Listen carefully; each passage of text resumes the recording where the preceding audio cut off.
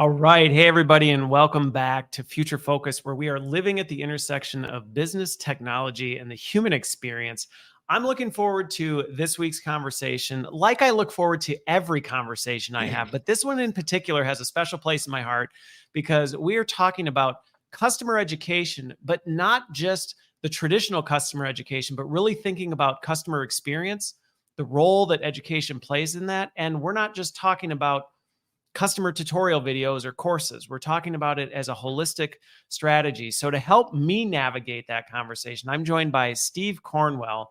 And I'm going to let you introduce yourself because we've got the North Pass thing and we got the Gainsight, and there's just a whole lot to that. So for folks who may not be familiar with you, Steve, why don't you tell people a little bit about who you are? Yeah, sure. It's great to be with you, Chris. It's awesome to be on the show. So as Chris said, Steve Cornwell, I'm currently serving as a SVP of strategy over at Gainsight. But prior to that, and how I even got to Gainsight, is I spent the better part of the last decade or so building a learning platform specifically designed for helping B2B companies run their customer education programs. That business was called North Pass. And now we're part of Gainsight. And the reason there is because Gainsight, who for many of your audience probably knows, is the leader in customer success Lots software. of stuff with that. Yeah, amazing. And Gainsight, we've just done an amazing job over the past couple of years expanding beyond just customer success in terms of customer success management and helping customer success managers do their job to really expanding the customer success practice to much broader. And education is a huge part of helping customers succeed, right? So maybe the number one. Yeah, we're going to get into that one because Yeah, it's, I think, an underserved. People don't talk about it enough. It's kind of an afterthought that people are like, yeah, if we think about it. And I'm looking forward to helping highlight why people should be paying more attention to that one. So, yeah. Okay. So and in July, how long has it been? When did all that go down? The integration of the two? Because it's yeah, been a absolutely. little bit now, right? Yep, it's been about 6 or 7 months, so hard to believe it's flown by. In July of 2023, so just 7 months ago, Okay. Gainsight and North Pass joined forces, and I think we're doing some amazing things for education and customer experience and customer success. Yeah. Now, when we were backstage, you were talking about your journey a little bit, and really the kind of discipline was the entrepreneurship side. So I'm actually curious, what drew you to customer education? Because you obviously could have gone in a lot of different directions. So first of all, there was kind of the technology angle, but then also the customer education. And what contributed to that, the decision to take that path? Sure. Yeah. Yeah. I'd say I call myself entrepreneur founder first, right? And then in the past decade spent really Yeah. in the domain of education, and it's been awesome. And how I got there was that in a prior business before North Pass, we had quite a challenge training our customers. And it was a really cool business. It was very early for its time. It was a data service platform for the retail supply chain, right? Like super, super niche and specialized. Specific. Yeah. And one of the things that we were doing was we were teaching our customers how to use our data service, how to use our product and our Okay. analytics. But the bigger thing we were educating our customers on was why they should be using this data service. And what it came down to was the old way of analyzing their business was no longer effective. And there was a new way that they needed to start thinking about to keep up with all of the changes in e-commerce, changes with the internet, changes with consumer expectations. So our education challenge was part product, but more methodology, more education, more best practice. And Well, so a lot of that sounds like the contextual side of it, helping yeah, people understand, like, yes, you need to do this differently, but if you don't understand the why, you're not going to have the desire to overcome the behavior change. exactly. And so in that business, we were doing that manually. This was 2003 to Okay. 2012 about, right? Trainers flying out places. And I'm thinking at the time, I'm thinking to myself, this one, it's terribly expensive. And two, it's a terrible end user experience. Like I would go to them and observe them. I was like, no one likes being here. And And so there had to be a better way to do it. Yeah, I mean, yeah, it's just the way it was. On if we're super candid about it. I cut my teeth. I cut my teeth in corporate software implementation for healthcare. Yep. Going into So that, you know, and everything you just described brings back all these memories of like you show up and they don't really want you there because no they're one's like, happy oh to my see you. gosh, like nobody's happy to see you, but you got to do it. And it's super inefficient. And you're there and they're like, now's not a good time. You spend all this time like sitting in the waiting room because they're like, just, I don't know, sit there for, and you're like, this is broken on so many levels. Yeah. Yeah. So then we got that business. We looked at doing something about that. We said there's got to be a better way to do this. We looked at LMS. I found out there was this thing called an LMS. What do you know? Yeah. And so I looked at those and really interesting systems. But at that time, right, it was SumTotal, it was Saba, it was Cornerstone. You know, those big players. What were they Very focused on? internally facing. Focused. Yeah, very Yes, internally they were focused focused on the needs of employees and internal, which customer education is a different animal. Right. So then it came down to, hey, do we kind of like Jimmy rig this thing and get it to work? Or do we like roll a WordPress site and like try to do something or a home? And all the answers were bad. And so It's we like an didn't do episode of anything. MacGyver. I feel like the original days of customer education, it was like MacGyver. You're like, we got all these things. They're not designed for any of these intended purposes, but with enough duct tape, toothpicks, and rubber bands, we might be able to make it work. Might be able to come up with. Right. Exactly. So then we didn't do anything because it was just not worth the headache. Yeah. And then that business was acquired by a NASDAQ company, much, significant scale company. I went to work for them and help them integrate the businesses. And sure enough, they had that same problem that we had, but it was instead of 500 customers, it was like 50,000 customers. And I went, oh, wow, this is actually You an saw the economic problem at a scale that was like, Yeah. okay, we might have been able to like toothpick and bubble gum this Right. together for 500 people, but 50,000, the problems just exponentially get worse. Right. So so that's how NorthPass was born. It was just a classic, hey, entrepreneur sees a problem and wants to go solve a problem. And that's how NorthPass was solved. At the time, I had no idea what I was doing in terms of L&D and learning frameworks. Like I wasn't a training practitioner. I wasn't a learning practitioner. I think still to this day, I don't consider myself that. But we set out to build a piece of software that a company could use to help educate its customers in a way that was modern and intuitive and the way the customers would want, and that would dramatically lower the cost structure of training operations internally for the company. And that was the goal we were solving. Okay. Well, and I like how you brought that up because I mean, for me, so my situation going back to where I'm a former math and computer science teacher for middle schoolers. And I come in and similar to you, I'm like, this isn't really my space, but I'm looking around going, I know there's a better way to do this. Like this is a serious problem that we have to address, but it was a very unmet need at the time. And it sounds like the time frame was very similar because I was in the early 2000s doing this and going, we had the same, you're like setting up a internet site and trying to host things. You're like, I don't know how we're going to make this thing work. And it was messy. So I am curious on this because let's talk about this a little bit, because for people who listen, who may not be as familiar with customer education, I think one of the things that is important to unpack is it's not like customer education is completely radically different than education as a whole. I think there's a lot of similarities to it. So there's some things you can take, but there are some dynamic differences that just, you can't just go, well, that's how we do it. But I think that's what people did. They go, well, we have an LMS for our employees.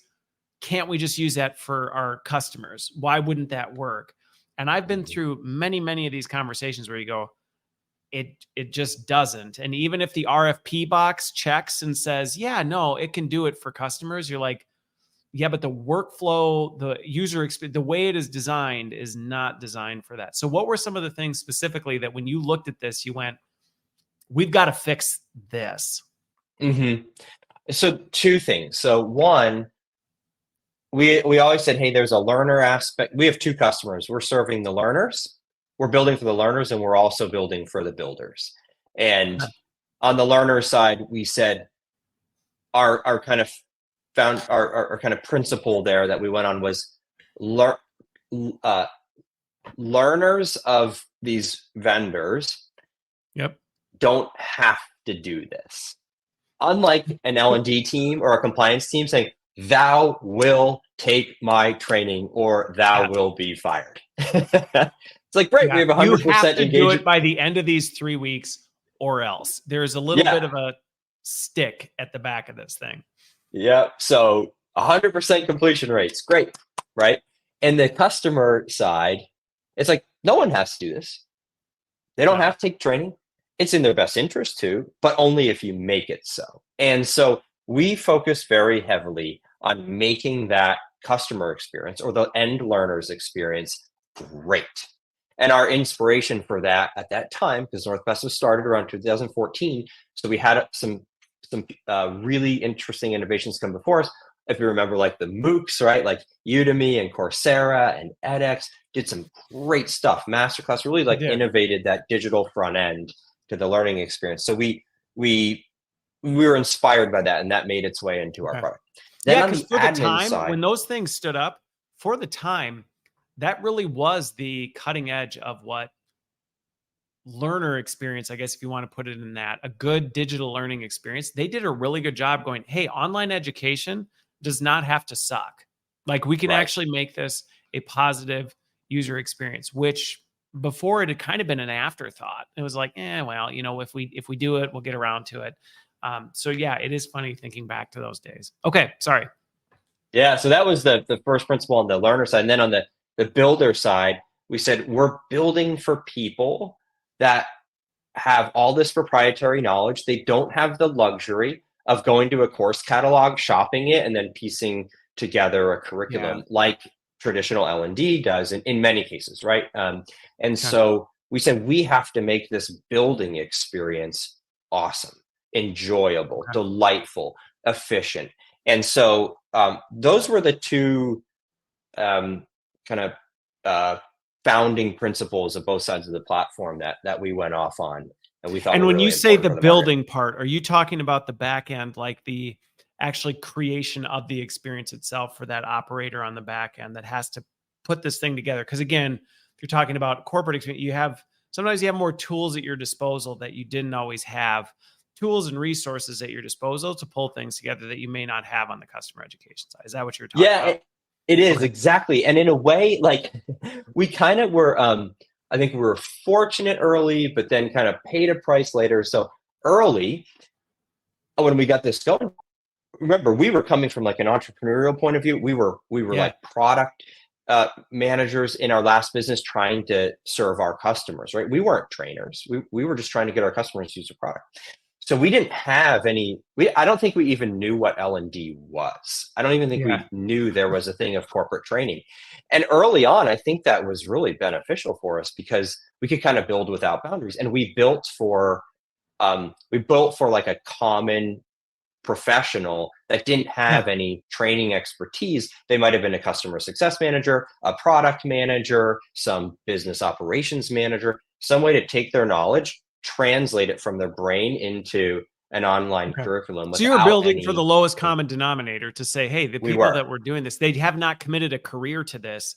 They may not have the baseline skill sets that you can take for granted sometimes in a corporate learning environment where it's like, well, you probably know all this stuff.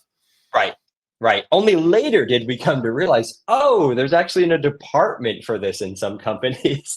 And then, and then we had to mature, the product and the organization in certain ways because we wanted to serve a broader and bigger audience, right? But early on, that's not how we got going. Okay, interesting.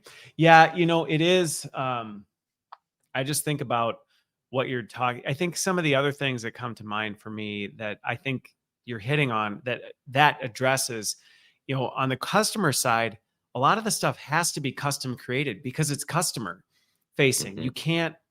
You can't curate customer education content like you can intern. You can't go, well, we're teaching people about our tools. Let's just curate some off the shelf stuff. Cause it's like, well, there isn't any. So that need to pull from your subject matter experts, these other people to be able to go into it. And really, so I have to imagine you were thinking about while you may not have had the official L&D terms for it at that point, you were thinking about user-generated content probably earlier than maybe some of the more traditional L&D functions were, because you had to pull from those subject matter experts directly into the education strategy versus having kind of an intermediary that was doing the intermediary work. Is that fair? That's right. Yeah, 100%. Okay. Okay. So as you think about this now and you look at this, I think one of the things that we talked about backstage that is interesting is that I just did a post on this yesterday, that a lot of times when people think about education, they just think about the content and, getting that content out. But there's that is an important piece, but there's more to it. So now that you're integrated with a larger customer experience piece, how is that influencing it? Because yes, for a customer LMS, you are thinking about, hey, we have this content. We need to make sure we get it in people's hands and we need to connect the dots. And there's a lot of work that goes into that, like the context. But now you actually have some opportunity to expand beyond that. So what does that look like as you look at kind of the future of customer experience, I would say, because customer education is just part of that bigger bundle? I think this is such an exciting topic for us to explore. And it was where I'm going to go to with this was actually one of like the most compelling reasons why I was excited to join forces with Gainsight.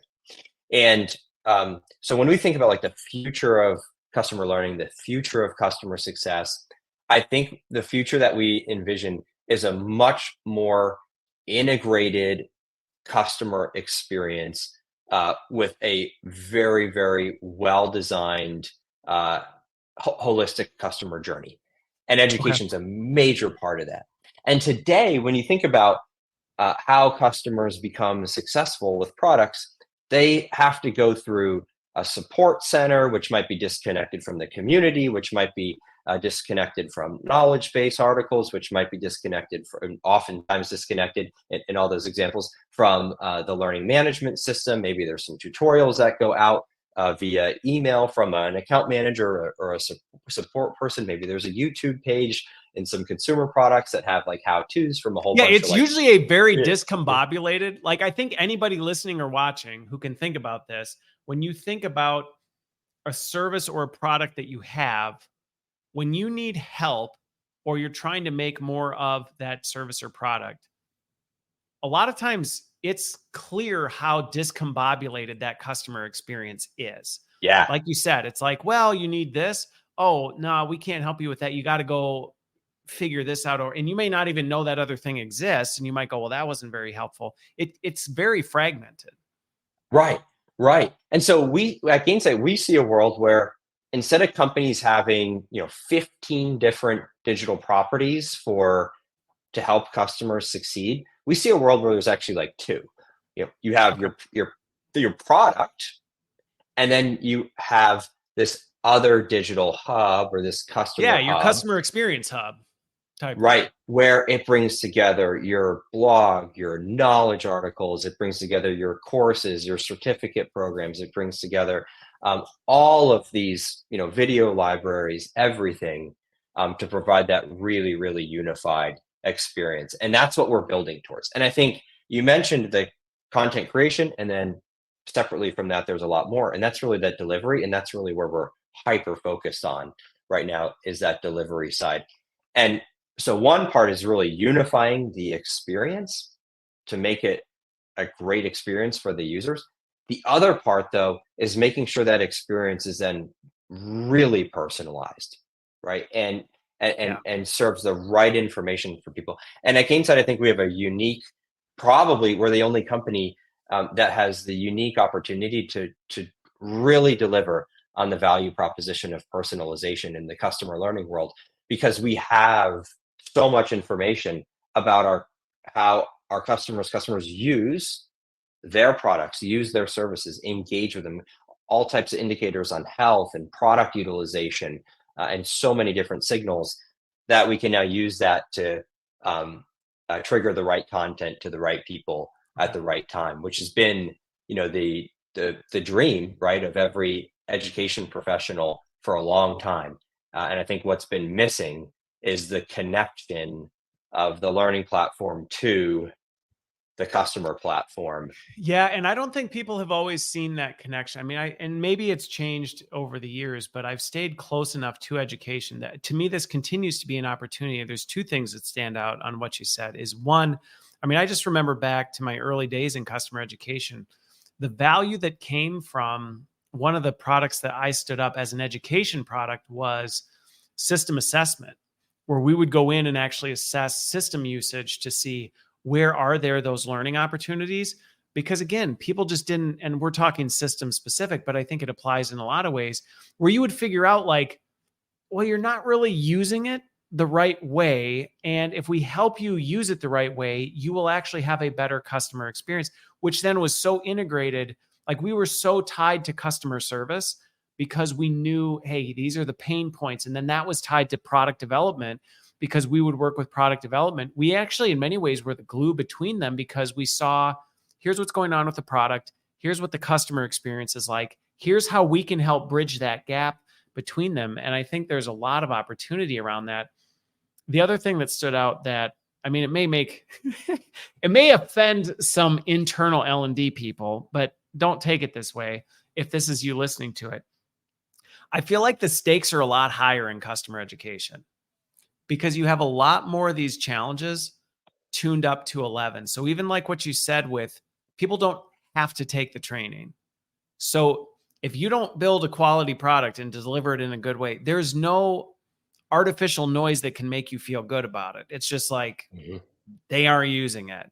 If you're not integrated with what they're trying to do, you're not going to, get the engagement from your customers. Or even I remember some of the challenges I dealt with where you would need to try and do something and go, I think if we invest in customer education here, it'd be like, you got to prove it. Like we've got to be able to justify making money on this because if we don't, this is nothing but expense. And so there are, I personally experienced firsthand that the stakes were very high with what you were trying to do around customer education. Yeah, totally. I mean, I've heard our customers often say that they look at education as a product offering. Yep. And it has to be treated as a product offering. It has to be that well investigated in terms of what problem needs to be solved, that well considered in terms of what type of learning is going to be built to solve that problem. And the delivery of it has to be so well thought through, because it is the end customer. It has Yeah. consequences, right? And it is also an investment, right, by the business. And so it needs to demonstrate the necessary level of returns. Yeah. So on that, let's talk about some of these challenges because what you talked about there, I fully agree in thinking about customer experience and we're seeing similar trends. So you're on the customer education side. I dabble across customer internal, kind of the whole gamut. And we're seeing similar things happen on the employee side, where companies are Mhm. thinking more about integrated employee experience, where you go, hey, we can't think about employee experience as this fragmented world of whatever. We need to help them see it through one lens. Customer experience, I think, is going through what sounds like a very similar transformation. What do you see some of the challenges are, though, for customers to get on board with seeing it that way? Because over the years, I've run into plenty of customers who they haven't got there yet. And so they're still thinking about customer education as like, yeah, if we get to it. And they aren't, like you said, thinking about it as, no, that's a product. That is a product offering. We have to treat it as such. We have to invest in it as such. What are some of the barriers that you see as you run into customers who may be thinking about that and going, I guess now that as I'm listening to this, I don't really know what we do with customer education. And I think that's a big missed opportunity. Sure. I think one of our partners not too long ago said this to me, and I thought it was so wise. They were talking about their own customer education program and how it came to be, and it was actually the CEO of the company said that customer education is one of those things that takes a little while for companies to realize they need to formally implement it, because the process of educating customers, while it's necessary since day one of the company, it the expense of it kind of quietly and slowly creeps into the business. And Okay. before too long, it's actually a really expensive part of the operation, but you don't really notice it because it's always It's like the part-time. slow boil. It's like the slow Yeah, boil. It's like the frog in the water that you just kind of slowly creeped up, and pretty soon you don't realize it's eating massive amounts of your dollars. exactly. And it's because, it's 10% of 10 people's jobs. It's 5% of 100 people's jobs. And it's reactive, and it's kind of getting the job done in the most essential way, right? It's responding to the customer's needs. And only until a company, I think, aggregates that and quantifies that, does a company then go, oh my gosh, this is really expensive, and we're actually stink at it. And so I think that's a big part of it, is just uh, The getting it on awareness. the radar, the awareness that not being deliberate about educating customers is a really expensive um, risk to run. Okay. Okay.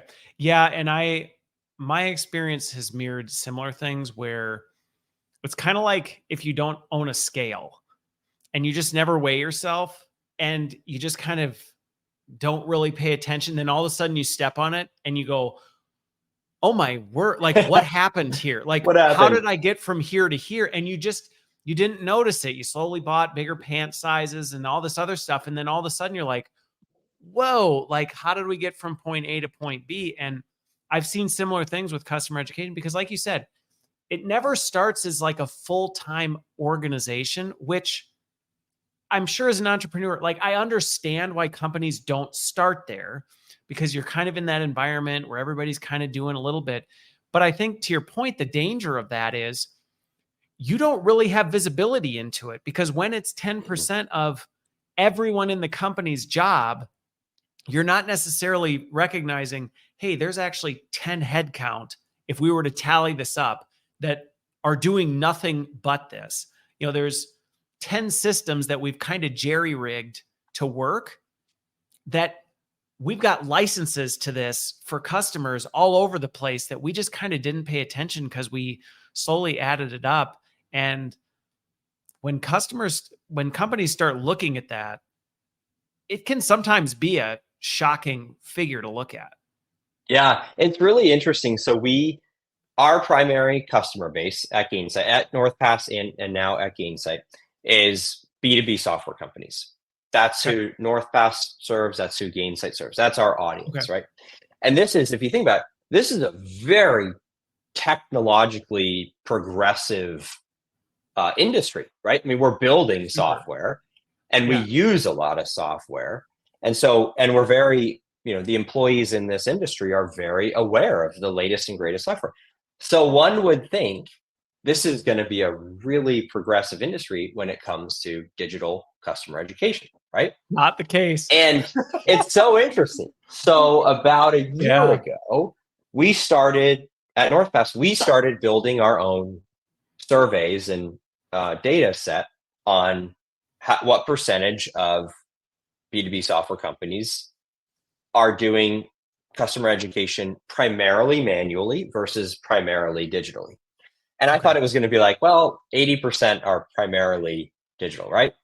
No. Okay. No, So we doesn't surprise me. we did webinars where we'd have 300 attendees on Zoom. We'd say, and the first one we did came back 70% manual, 30% digital, and I went like, that's got to be wrong, right? So then what we did is we actually built a little bot, I'd call it, and we gave it every B2B SaaS company website, and we said, go look for an academy, an education center, courses, certificate programs. Go look for those things. Came back, and it was almost 70-30. And it's just, no way. I still don't believe it. So then we joined forces with Gainsight. Gainsight is a massive brand, Yeah, huge access to footprint. basically every B2B SaaS company in the world. And so we've been doing the same survey to the Gainsight audience. And I'm not even kidding you. Just 2 weeks ago, we ran a webinar. We put the poll up, and I had a slide that I didn't show the audience. It was like my next up slide, which said 70-30. We did the poll, and it came back, I'm not even kidding you, within 1/10 of a decimal point, 70-30. And so I think we have enough data now to conclude that. And so that's the other piece, is that even in the most technically progressive industry Yep. in the world, manual customer education is still dominant. And I think it's because it just slowly and quietly creeps into the Yep. business. And so it's a huge opportunity. It's a huge opportunity. What you just organizations. described, I mean, Yeah. the good news with that is, and I try and encourage people with this, because sometimes people hear some of this kind of futuristic stuff I talk about and they go, we are just not there. We're nowhere near there. And I think on a positive note, it's like, well, neither are most people. So you're not alone in that, which just means there's opportunity to grow. That actually doesn't surprise me one bit. The number of companies I've talked with, and I think this is, again, just true of customer education, not just customer education, but even employee education, where I'll talk with super progressive, innovative companies that you would think would be like, oh, they're building the latest in innovation on whatever. And you're like, what's your educational strategy? And they're like, well, we fly people in and we have classroom training. And you're like, wait, what? Like, you're inventing the latest innovation in whatever space, and your education model is the same as what we used in 1930, when we were doing classroom education. So I think it is one of those things where, to your point, it's a huge opportunity area, but there's a lot of value in doing it, and it can be overwhelming because of that creep factor. Yep. Exactly. So where do you see people starting with this? Because I think the other thing that can be risky with it is you can look at that and go, wait, you might hear and listen to us talk about this and go, wait, that's us. You're like listening and you go, that is our customer education strategy. We have like 10 people and we randomly do stuff, and I feel like our hair's on fire and we're running around and we're schlecking PowerPoint decks and we're doing whatever we can. And you can hear this integrated customer education strategy and go, holy cow, like that sounds like light years away from where we are today. Where do you see people getting started with that in ways that help them feel like, hey, look, you don't have to boil the ocean overnight, but these are some wise, intelligent steps you can take to get the ball rolling? Yeah, I love that question. It's something we advise on all the time. And the best kind of story, I think that the most effective story I think I've been able to tell to help people be comfortable with that reality is if you look at some of the best like academies that are out there, digital academies that are out there. The one that always comes to mind for me, because it was a big inspiration in my early career, is HubSpot Academy, right? And Yeah, they did a good job. it's massive, right? They changed the world of marketing. They changed the profession of marketing, not only in education, educating people about their product, but also about this new way, which at the time was inbound, right? And they built a rockin' community around it as well. Like their customer community was huge. Amazing. So when we think of an example of that future state, I think they're by far closest to it. But I think we always tell people is, hey, don't get overwhelmed by that. Realize that took them 12, 15 years to get to. They started with one course, right? About it was probably called something like the basics of inbound, right? Right.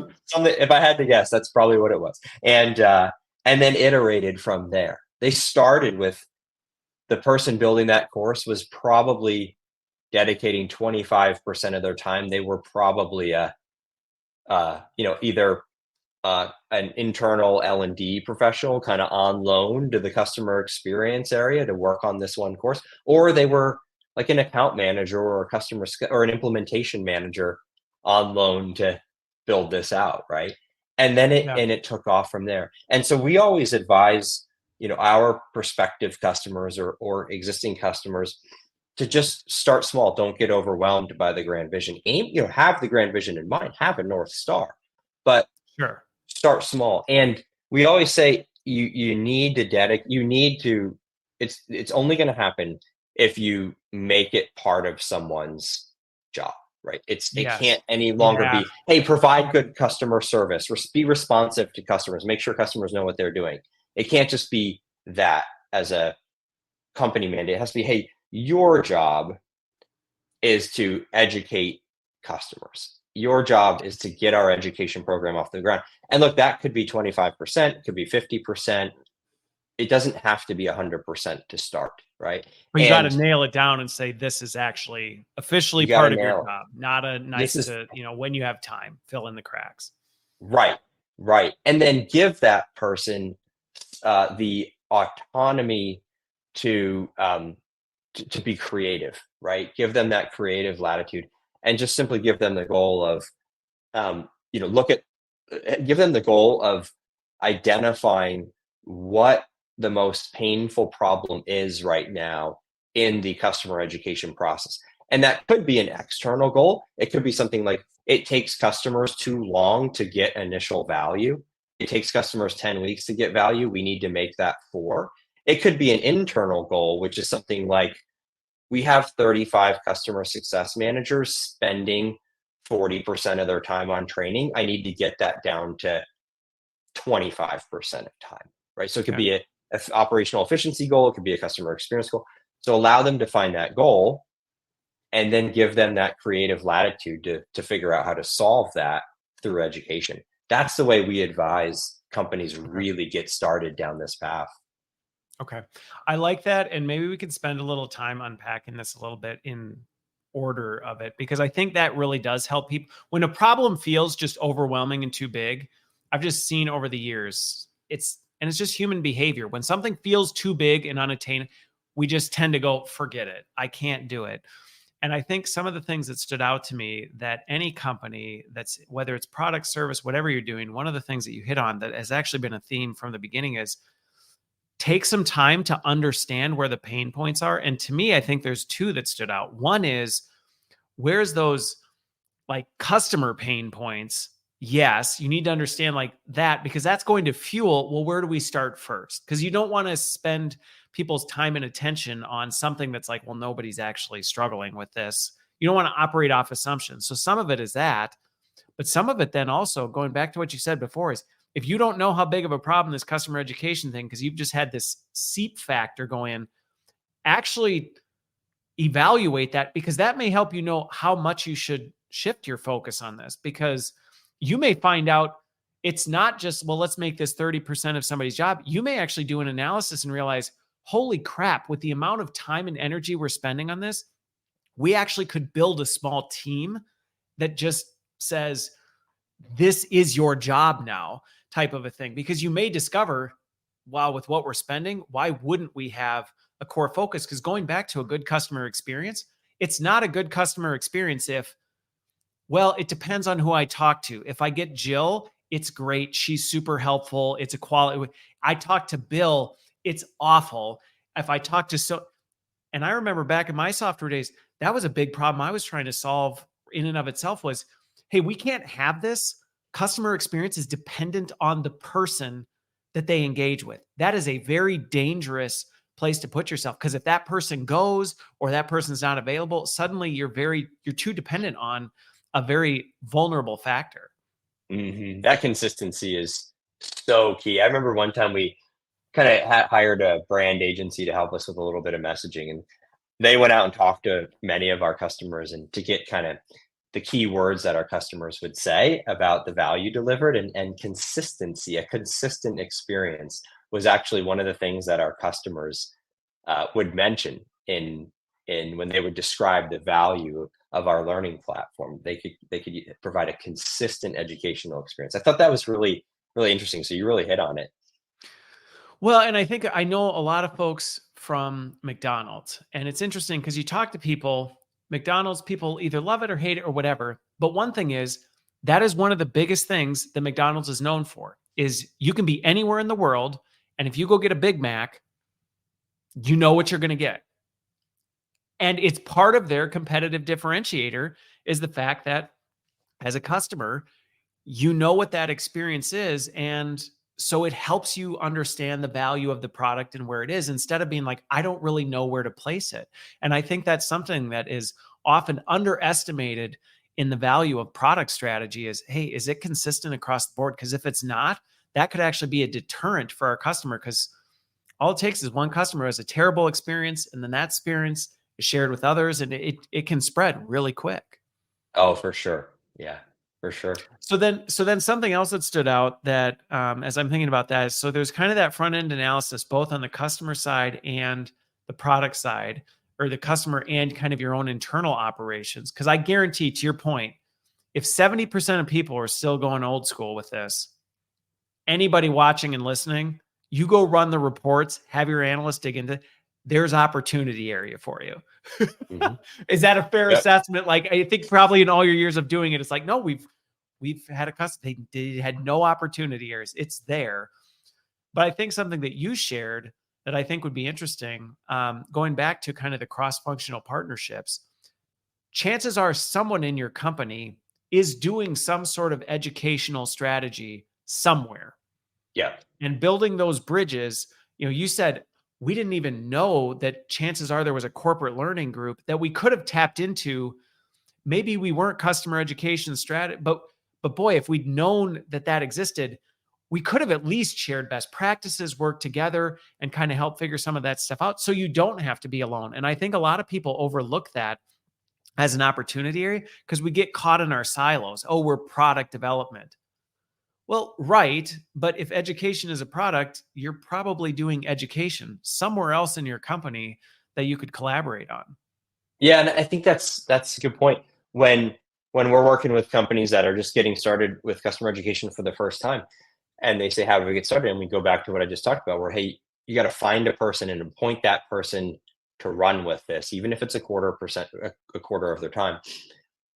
It oftentimes the right person to pick is the person that's just naturally gravitating to it, and everyone's going to them to do it Yeah. anyway. You mentioned backstage when we were kind of getting to know each other a little better that you were tapped to help run this program I was because the sales you, rep.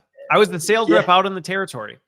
but everyone around you was always getting better, and there was a reason. It was because you were naturally a good educator, and so people saw that. And we often see that's like pretty common in companies is there's always a couple people that are naturally really gifted with this, have a passion for it, but they just haven't put a label on it yet. It hasn't been a deliberate assignment yet. And so we always encourage our customers to go find that person, and Yeah. and they're gonna crush it.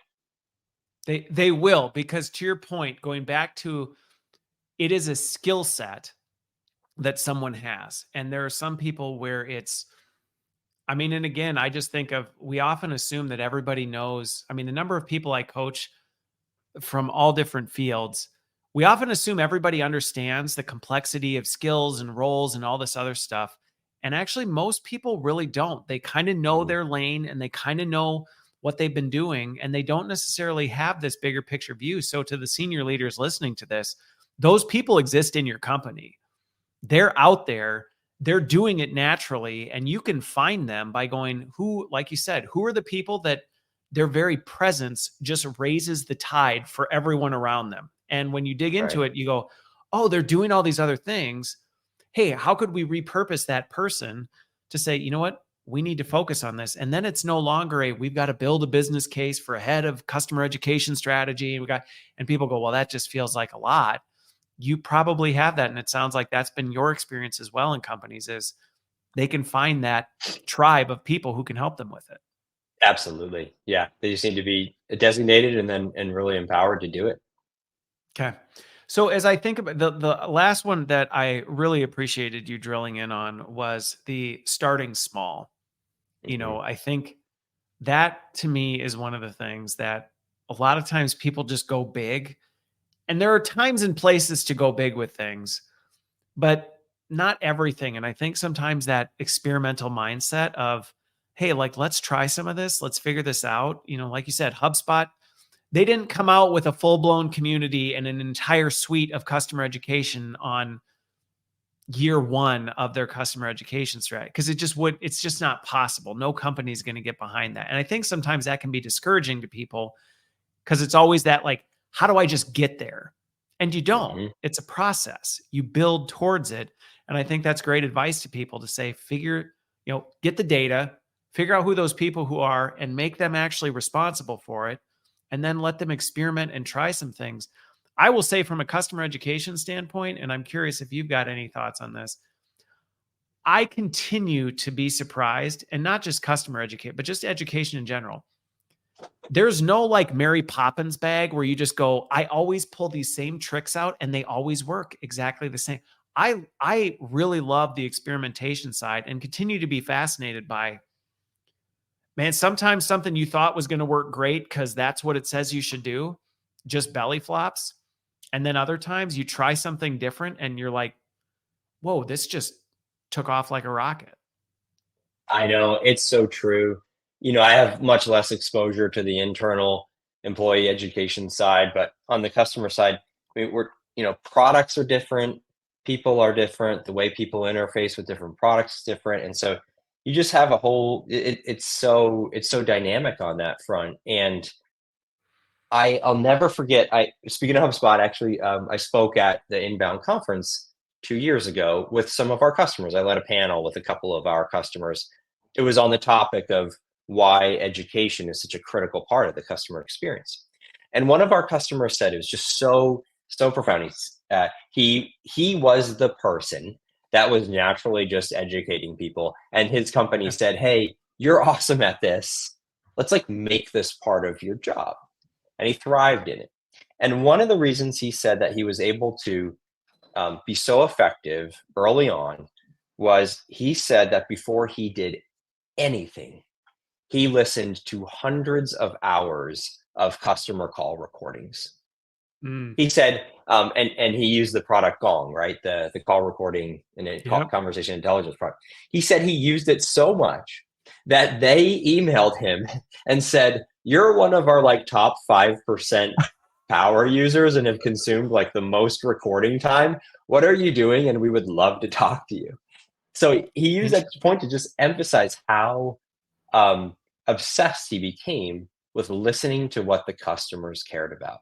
And through that, he was able to debunk all of his company's original ideas, all of his original hypotheses about where to get started, right? Because he was committed to starting small. But when you start small, you have to be really intentional about the one thing you do. And while you don't want to like belabor that decision forever, you do want to be thoughtful about it. And so his path was go listen to a few hundred hours of call recording on like super fast speed to get through it quickly. Yeah, just to basically pick up the And he said it became incredibly obvious what to focus on when he finished that exercise. And he was because not only did he identify the problem, he identified what customers were craving as the solution. And so it was a blueprint. The customers laid out the blueprint for him, and he was able to very quickly put together a high quality education product that, and this is a really small company. This company is sub 100 employees, right? And so they launched on LinkedIn, they launched to their customers, and it was not a certification program, but they did offer like a certificate of completion. And they had, I think, 300 or 400 people go through it in the first 30 days. And why did they do a brilliant job promoting it? No, it's because they were solving a problem. They actually built what the customers wanted. And so it naturally took off. So two things that you just said that really jumped out that I think is encouraging and things that people can walk away from this. One is for people, I know right now with everything going on with AI and skills, and a lot of people are struggling to go, what can I do where do I go? What's the future look like for jobs and all these other things? What we just described to me is an encouragement to people who really are relentlessly curious and love to solve problems for people, because this need in an organization, I mean, we just spent the last almost hour talking about how sizable of a need and opportunity this is. And so for people who may be going, what do I want to do next? Or these problems we just described, if you go, I actually really like doing that kind of stuff, there's actually a career path. I mean, I've helped people and worked alongside and seen people who have taken what started as like a small portion of their job and built it into a massive career because it is such a huge opportunity, which I think should be encouraging to anybody going like, and it was never a path they thought they would take because they didn't know it was a path that existed. And I think Right. we've kind of painted like, hey, there's a whole ecosystem of career opportunity in this. But I I think think the other so. thing, oh, go for it. Yeah, I think so. And I think one of the things is so exciting about, our recent combination with Gainsight is, even just for me, just kind of like coming in with like learning a lot about the bigger picture here, is historically, even I thought of customer education and like, well, okay, it's customer education, and you build courses, you build certification programs, you promote No. this. But now it's like, well, no, there is this incredible world of customer experience, right? And digital customer operations. And Yep. you can say customer education is part of the chief learning officer's remit, or You you could. can say it's actually part of the customer Customer experience strategy. leader's customer Yeah. strategy, right? And more I see it so tightly connected to the customer strategy. And so for aspiring professionals, you don't have to go directly into customer education. You can go into No. community, you can go into digital customer operations, you can go into digital customer content creation, customer marketing, and um, and eventually find yourself as part of this really dynamic organization that is doing Yes. what, right? At the end of the day, it's helping customers learn why they should use your product and how they use your product, right? And Yep. call that customer experience, call it education, call it whatever you want. But as an No, aspiring but educator, it's you can go business into something. strategy. I Yeah. don't think, I mean, I say this, I've said this on a number of different things. Talent is for internal talent is your business strategy, because all the strategy in the world, if you don't enable and equip people to do it well, it's all for naught. And I've actually given advice, and again, I've got some different perspectives on this depending on the situation, but I was actually in a large organization once, and I had the opportunity to absorb customer education under the internal part, and I actually said no.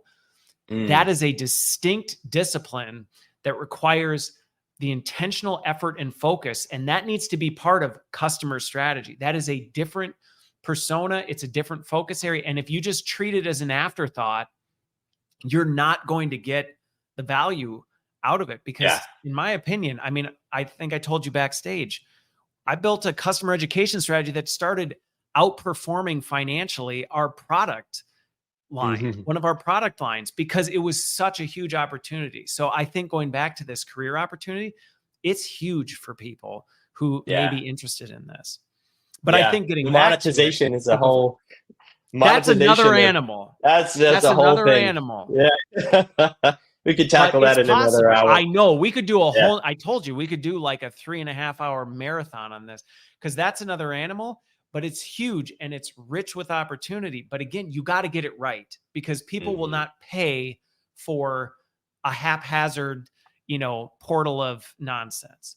But I think Right. the other thing you hit on that I think is so important, going back to the story of the gentleman that you talked about on the panel, what differentiated that individual was that relentless curiosity to understand the pain point of someone else and to want to solve that, and to not go into it going, I have my idea what I need to do. Now I need to try and convince everybody else it's great. It's, I'm really trying to understand where you are and what I can do to help fix that, to bridge that, to enable it, to make it a better place for you. And I think that's such an important thing whenever you're dealing with people, because if you're trying to Mhm. convince them of your way, you're pushing a rock uphill. But if you actually take the time to listen and understand and go, here's how I'm solving this for you, it greases the skids significantly. I'll just say that. Yeah. Yeah. He was definitely one of my hero customers. It really inspired For us for sure. sure. It was awesome. So last question for you, and then we'll close this one up. is I'm curious technically I have two. We'll see if we have enough time for it. But one is, as you kind of look at where things are going and how things have changed, going back to kind of the early 2000s, it was like, okay, this is kind of where things were. You've been in the space now. What are some of the biggest observations you have on how are things evolving? Where are things going? And what are some of the interesting observations you have from the vantage point you're at? Well, I mentioned before is just I think there's I think there's going to be a more blended Okay. experience, right? Where it's not just that kind of traditional academy structure or community structure or knowledge based structure or blog structure. I think in the future, we're going to see a much more integrated, personalized experience. And we're going to see a lot of blending of those disciplines. So that's one area that's really interesting, being enabled by converging technology points, converging roles. I think the other, right, which is something just so exciting, which everybody knows, is AI. And what is the impact of AI? I think there's two sides of that. One is, how does AI help education practitioners become more productive? And Agreed. and I think content is an obvious area to look, or segmentation of who needs what, and Well, I the even think, going automation back to what we delivery. talked about before, of like analyzing where the opportunities are. AI is fantastic for identifying those patterns and trends and things like Right. that. So Huge. But then I think the part that's less talked about is, what is AI? What does AI mean for how the learner learns, how the learner consumes information, right? Because yes, we can like incorporate all this AI to make our content creators and learning designers way more productive. But what if we do all of that, but then like the paradigm of learning actually changes, right? yeah. What does the future of a course look like? What is the future of that? How people consume knowledge and practice skills? How does AI change all of that? I was talking to a founder in the learning space, and she's doing such inspirational work, and she's working on a new startup that's working on providing an AI-driven learning experience for sales coaching. Okay. Fascinating, Yeah. fascinating stuff, right? Breaking the mold of all the kind of traditional learning formats. So I think that's an area that's like less obvious and more exciting than Yeah. productivity gains through AI. Okay. No, I think you're well, and again, we talked about the integration. I think what I'm seeing is that's just becoming more and more an expectation. It used to Mhm. be more of a nice to have. I see, from just an overall what people are expecting from their products, it's becoming well, we just expect this from you. It's not and I think that's only going to rise. To your point Mhm. on AI, people, I won't get into this because we start unlocking this one. People know how deep this rabbit hole goes. But again, the ability to reimagine what's possible for the way we develop and grow people. And I think the opportunity to help people give real opportunity to experience and develop, instead of just, hey, here's some more information. That Right. information is really important and it's really good. And going back to what you said early on, the context is just as important as the content, because if people don't understand the why and all this, a lot of that, and I think AI can be a big enabler of that to help people contextualize this. But I think the opportunity to actually give people some real hands-on opportunity to grow and develop, it's huge. And I see it on the internal side a ton, but I see the same opportunity on the customer education side. It's just a matter of putting that intentional focus on it. Yeah. Yeah. No doubt. Cool. Well, we are at time. So, Steve, I just want to thank you again. I know we've been kind of bouncing around getting this on the schedule. I'm glad we were able to make it happen here in January, because to me, as we come into 2024, huge opportunity area continues to be. And I think there's some exciting stuff happen. So I appreciate you being here to just kind of share where things are at and where it's going, and how we can continue to make sense of all this and really make an impact on our business through this. Hey, it's my pleasure, and thanks for continuing to build our community and promote the world of education. It's so important for everything you're doing. Is so important for the future of what we're all building. So thank you, Chris. Yeah, no problem. Well, thank you everybody for watching, listening. I will be back next week If you're not already subscribed to the Substack and you missed parts of this and you want to catch the Cliff Notes version of what we talked about and what some of the biggest takeaways are, definitely check that out. It's just christopherlind.substack.com, and you can find that there. I will have that out later this week. But Steve, thank you again so much. Thanks everybody for listening and watching, and we will see you on the other side.